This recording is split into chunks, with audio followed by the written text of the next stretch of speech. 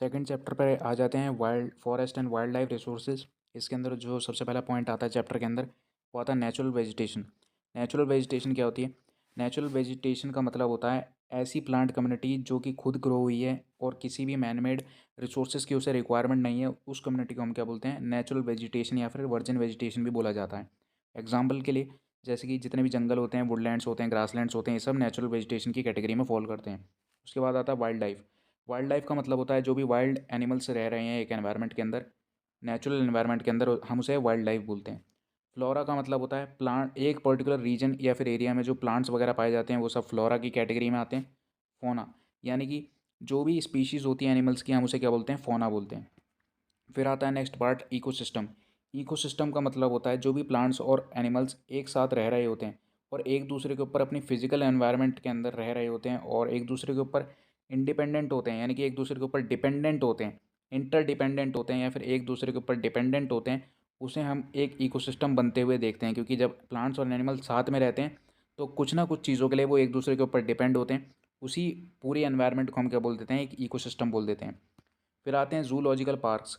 Zoological parks का मतलब होता है एनिमल्स और बर्ड्स के लिए, वाइल्ड एनिमल्स और बर्ड्स के लिए जो पार्क्स ऑलरेडी रिजर्व्ड होते हैं गवर्नमेंट के द्वारा, उन्हें हम क्या बोलते हैं? जूलॉजिकल पार्क्स बोलते हैं।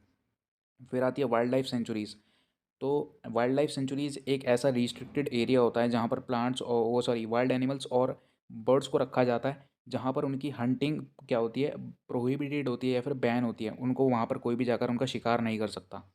फिर आती है बायोडाइवर्सिटी या फिर बायोलॉजिकल डाइवर्सिटी। क्योंकि आपको पता है कि एनिमल्स वगैरह की जितने और प्लांट्स वगैरह की बहुत सारी वैरायटीज़ होती हैं जो कि एक दूसरे के ऊपर इंटरडिपेंडेंट होती है, एक दूसरे के ऊपर डिपेंड करती हैं अपना जीवन व्यतीत करने के लिए। उसी पूरे एनवायरनमेंट को हम क्या बोलते हैं? बायोडाइवर्सिटी या फिर बायोलॉजिकल डाइवर्सिटी। कुछ इंपॉर्टेंट पॉइंट्स हैं इस चैप्टर के अंदर। सबसे पहला पॉइंट है, इंडिया जो है वो रिच है फ्लोरा में। फ्लोरा का मतलब है प्लांट की स्पीशीज़ में।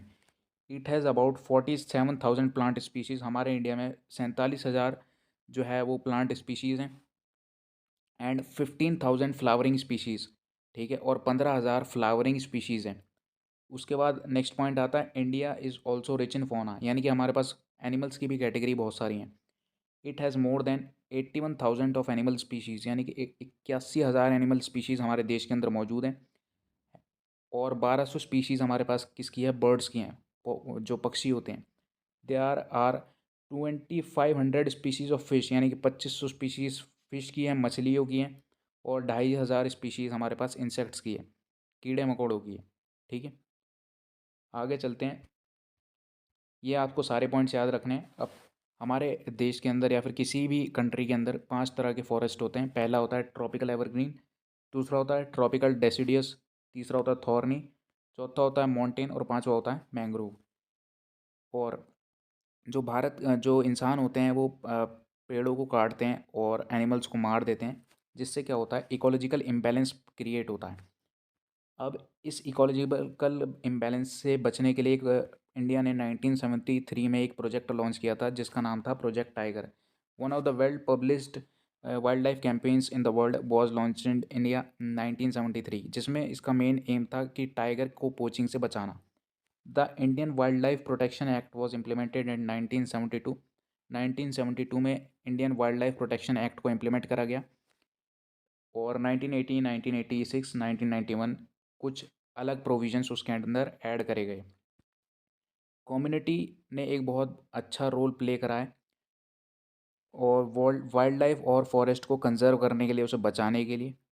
ठीक है, the biological loss through destruction of forest and wildlife is strongly corrected with loss of cultural diversity. ये इंपॉर्टेंट पॉइंट नहीं है इतना।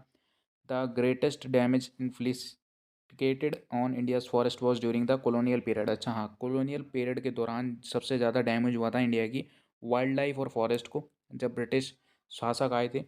ठीक है, और among the largest animals in India, 7 species mammal की, 44 स्पीशीज़ बर्ड्स की और 15 रेप्टाइल्स की, 3 एम्फीबियंस की क्या हो चुकी है? थ्रेटेंड हो चुकी हैं या फिर आप कह सकते हो गायब हो चुकी हैं।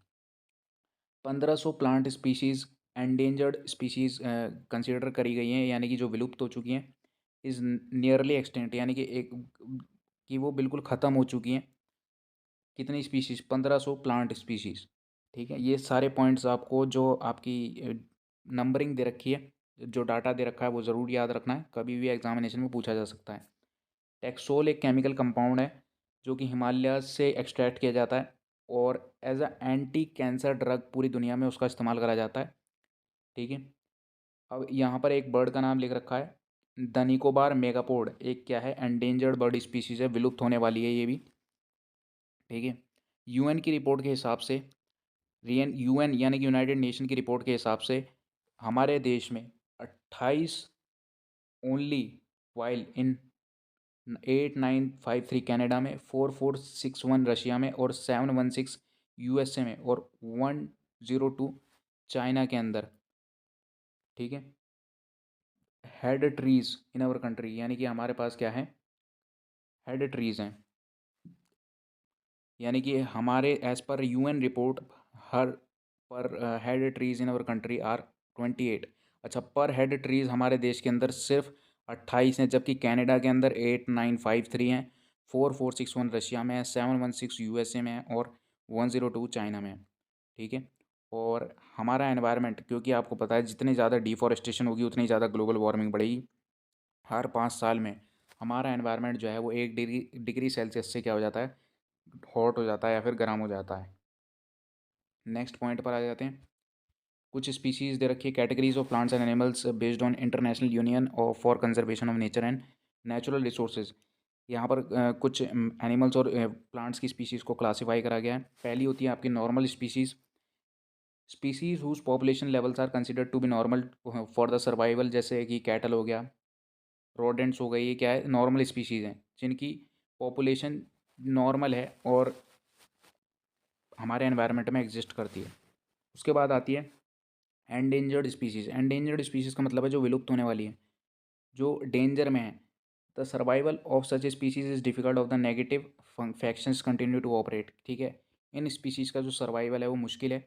एग्जाम्पल जैसे कि ब्लैक बग हो गया, क्रोकोडाइल हो गया, Indian wild ass, Indian rhino हो गया, लायन टेल्ड मैक्यू हो गया, संगाई हो गया। उसके बाद आती हैं आपकी vulnerable species. Vulnerable species, the species whose population has declined to levels from where it is likely to move into the endangered category. यानी कि ऐसी स्पीशीज़ जो कि जिनकी क्वांटिटी या फिर आप कह सकते हो जिनकी पॉपुलेशन डिक्लाइन हो गई है, कम हो गई है और एंडेंजर्ड कैटेगरी में ये आने वाली है नियर फ्यूचर में। एग्जांपल जैसे कि ब्लू शीप हो गया, एशियाटिक एलिफेंट हो गया, डॉल्फिन हो गई, गैंगेटिक डॉल्फिन।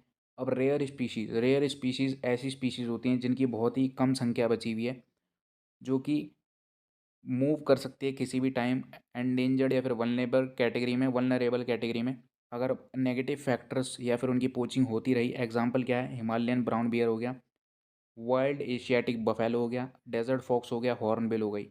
एंडेमिक स्पीशीज़ क्या होती हैं, एंडेमिक स्पीशीज़ होती हैं, these are the species which are only found in some particular areas, usually isolated by the natural और geographical barriers। ठीक है। एंडेमिक स्पीशीज ऐसी स्पीशीज़ होती हैं जो कि कुछ एरियाज़ में ही पाई जाती है और जहाँ पर जाना जो है वो काफ़ी ज़्यादा मुश्किल हो जाता है, तो उन्हें बोलते हैं एंडेमिक स्पीशीज़। उसके बाद आ जाते हैं हमारे पास नेक्स्ट एक एक्सटिंक्ट स्पीशीज। एग्जांपल क्या हो सकती है इसके, एंडेमिक स्पीशीज़ के, अंडमान वाइल्ड पिग हो गया, निकोबान पिजन हो गया या फिर कबूतर, मिथुन जो जो अरुणाचल प्रदेश में पाया जाता है। फिर आती है एक्सटिंक्ट स्पीशीज़ जो विलुप्त हो चुकी हैं। These are the species which are not found after many searches और likely areas where they may occur. Example क्या क्या हो सकते हैं, जो बिल्कुल ख़त्म हो चुकी हैं स्पीशीज़, जो कहीं पर भी नहीं मिलती हैं आज के टाइम में, जिनका एग्जाम्पल हो सकता है Asiatic cheetah, pink head duck जो कि बिल्कुल विलुप्त हो चुकी है और जिसे मुश्किल है ढूंढना। फिर उसके बाद लैंड यानी कि जो फॉरेस्ट होता है उसके डिप्लीशन के क्या क्या कारण है, उसके घटने के क्या क्या कारण हैं। तो उसके 5 कारण हैं। पहला है एक्सपेंशन ऑफ एग्रीकल्चरल लैंड, क्योंकि ज़्यादा से ज़्यादा लोग खेती करे जा रहे हैं तो उसकी वजह से क्या हो रहा है, जंगल काटने पड़ रहे हैं। तो जंगल काटने पड़ रहे हैं तो जंगल काटते जाएंगे और ये जो लैंड है उसका यूटिलाइज़ करते चले जाएंगे। तो उससे क्या होगा कि हमारा जो फॉरेस्ट है वो डिग्रेड हो जाएगा, डिप्लीट हो जाएगा। लार्ज स्केल डेवलपमेंट, और क्या हो रहा है, लार्ज स्केल पर डेवलपमेंट हो रहा है रेलवेज़ का, रिवर वैलीज़ का, बिल्डिंग्स का, इंडस्ट्रीज़ का, जिसकी वजह से पेड़ों को काटना पड़ रहा है। तीसरा है माइनिंग। माइनिंग जितनी ज़्यादा होगी उतनी ज़्यादा जो है हमारे पेड़ों को काटना पड़ेगा और ज़मीन जो है वो ख़राब होती चली जाएगी। फिर उसके बाद यूरेजिंग एंड फ्यूल वुड कलेक्शन भी एक काफ़ी ज़्यादा रीज़न है जिसके अंदर लकड़ियों को काटा जाएगा फ्यूल बनाने के लिए। तो वो सब चीज़ें क्या है आपकी, ये भी लैंड या फिर फॉरेस्ट के डिप्लीशन में आता है। फिर आता है कॉलोनियल फॉरेस्ट पॉलिटीज़। कॉलोनियल फॉरेस्ट पॉलिटीज़ भी एक फैक्टर है जिसकी वजह से हमारा जो लैंड है या जो फॉरेस्ट है वो डिग्रेड हो रहा है। पहले से ही क्या हो रहा है कि जो कॉलोनियल एरियाज़ हैं वहाँ पर जो है फॉरेस्ट के डिपार्टमेंट में वहाँ पर जो है लैंड को डिग्रेड किया जा रहा है। तो उस केस में भी हमारा जो लैंड या फिर फॉरेस्ट है वो डिग्रेड हो रहा है। उसके बाद आते हैं reasons for the decline in India's biodiversity. Biodiversity क्यों डिक्लाइन हो रही है? सबसे पहला है ओवर पॉपुलेशन। देखो ओवर पॉपुलेशन, जितनी ज़्यादा जनसंख्या बढ़ेगी उतनी ज़्यादा इंडस्ट्रीज सेटअप होंगी, उतनी ज़्यादा घर बनेंगी, उतनी ज़्यादा फॉर्मेशन होंगी बिल्डिंग्स की। उसकी वजह से इंडिया की बायोडाइवर्सिटी ख़राब होती जा रही है। हैबिटेट डिस्ट्रक्शन, यानी कि जो एरियाज़ हैं उनको ख़राब करा जा रहा है। हंटिंग, हंटिंग का मतलब है अगेन एनिमल्स की पोचिंग करी जाती है लार्ज स्केल पे, जिसकी वजह से क्या होता है बायोडाइवर्सिटी कम हो रही है, नुकसान पहुंच रहा है। पोचिंग एनिमल्स की वही पोचिंग हो रही है। ओवर एक्सप्लॉयटेशन, ज़्यादा एक्सप्लॉयटेशन हो रही है, चाहे वो एनिमल्स की हो, चाहे वो बर्ड्स की हो, चाहे फिर वो आपकी प्लांट्स की हो। एनवायरमेंटल पोल्यूशन, इंडस्ट्री सेटअप करेंगे ज़्यादा से ज़्यादा पोल्यूशन होगा। फॉरेस्ट फायर, फॉरेस्ट फायर भी एक रीज़न है जब पेड़ों के अंदर या फिर फॉरेस्ट के अंदर आग लगा दी जाती है, जिसकी वजह से क्या होता है कि बहुत ज़्यादा पोल्यूशन फैलता है। तो वो भी इंडिया की बायोडाइवर्सिटी को डिक्लाइन करने में एक बहुत बड़ा फैक्टर है। और हमें अपनी बायोडाइवर्सिटी को बचाने की क्या ज़रूरत है? Why do we need to conserve biodiversity? इसके चार मेजर रीजंस हैं। पहला है ताकि इकोलॉजिकल डाइवर्सिटी ये को बचाया जा सके। दूसरा है ताकि सिस्टम जैसे कि वाटर, एयर और सॉइल को प्रिजर्व कर सकें हम, बचा सकें। ताकि जेनेटिक डाइवर्सिटी को या फिर जेनेटिकली जो एनिमल्स हैं, एनिमल्स की स्पीशीज़ हैं, उन्हें बचाया जा सके। और ताकि लाइफ की जो क्वालिटी है उसे सस्टेन किया जा सके, उसे बचाया जा सके, उसे भी इसी कैटेगरी में फॉल किया जाएगा कि हमें इसलिए बायोडाइवर्सिटी को कंजर्व करना चाहिए। नेक्स्ट है हमारे पास methods to conserve forest and wildlife. कौन कौन से ऐसे तरीके हैं जिससे हम अपनी वाइल्ड लाइफ और फॉरेस्ट को बचा सकते हैं, जंगलों को बचा सकते हैं और जंगली जानवरों को बचा सकते हैं? National wildlife protection program जो लॉन्च करके। दूसरा है establishing national parks and wildlife sanctuaries. National parks और वाइल्ड लाइफ सेंचुरीज़ को बनाकर पोचिंग रिलेटेड जितना भी काम है उस सभी को बैन करके अलग अलग प्रोजेक्ट्स को लॉन्च करके, जैसे कि प्रोजेक्ट टाइगर। और लोगों के अंदर या फिर अलग अलग कम्युनिटी के लोगों के अंदर जब हम जागरूकता लाएंगे, अवेयरनेस लाएंगे, तो वो इन सब चीज़ों को कम करेंगे। इससे हमारी जो वाइल्ड लाइफ है वो क्या हो जाएगी, कंजर्व हो जाएगी। अब फॉरेस्ट को तीन पार्ट्स में क्लासिफाई करा गया है। पहला होता है रिजर्व्ड फॉरेस्ट, दूसरा होता है प्रोटेक्टेड फॉरेस्ट और तीसरा होता है अनकॉल्ड फॉरेस्ट। रिजर्व्ड फॉरेस्ट क्या होता है? रिजर्व्ड फॉरेस्ट होता है regarded as most valuable for conservation of forest and wildlife. More than half of the total forest land has been decreed as reserved forest. Reserved forest का मतलब होता है ऐसा फॉरेस्ट लैंड जो कि government के द्वारा रिजर्व कर दिया जाता है एक पर्टिकुलर एरिया के लिए, या फिर एक पर्टिकुलर एरिया ऑफ कल्टीवेशन के लिए, या फिर एक पर्टिकुलर वाइल्ड लाइफ के लिए। तो उसे हम क्या बोलते हैं? Reserved forest. दूसरा क्या है? Protected forest. Almost one third of the total forest land is declared as the protected land by the forest department. यानी कि फॉरेस्ट डिपार्टमेंट के द्वारा एक तिहाई जो एरिया है वो प्रोटेक्टेड फॉरेस्ट के द्वारा जो की तरीके से क्या कर दिया गया, क्लासीफाई कर दिया गया। The forest and land are protected from any other further depletion. यानी कि सरकार ने ये जो फॉरेस्ट एरिया है इसको क्रीमी लेयर बताया है। यानी कि इसको प्रोटेक्ट करने के लिए सरकार ने इसे प्रोटेक्टेड फॉरेस्ट जो है वो डिक्लेयर कर दिया, ताकि इस फॉरेस्ट को एरिया को कोई भी नुकसान ना पहुँचे। तीसरा है अनकॉल्ड फॉरेस्ट।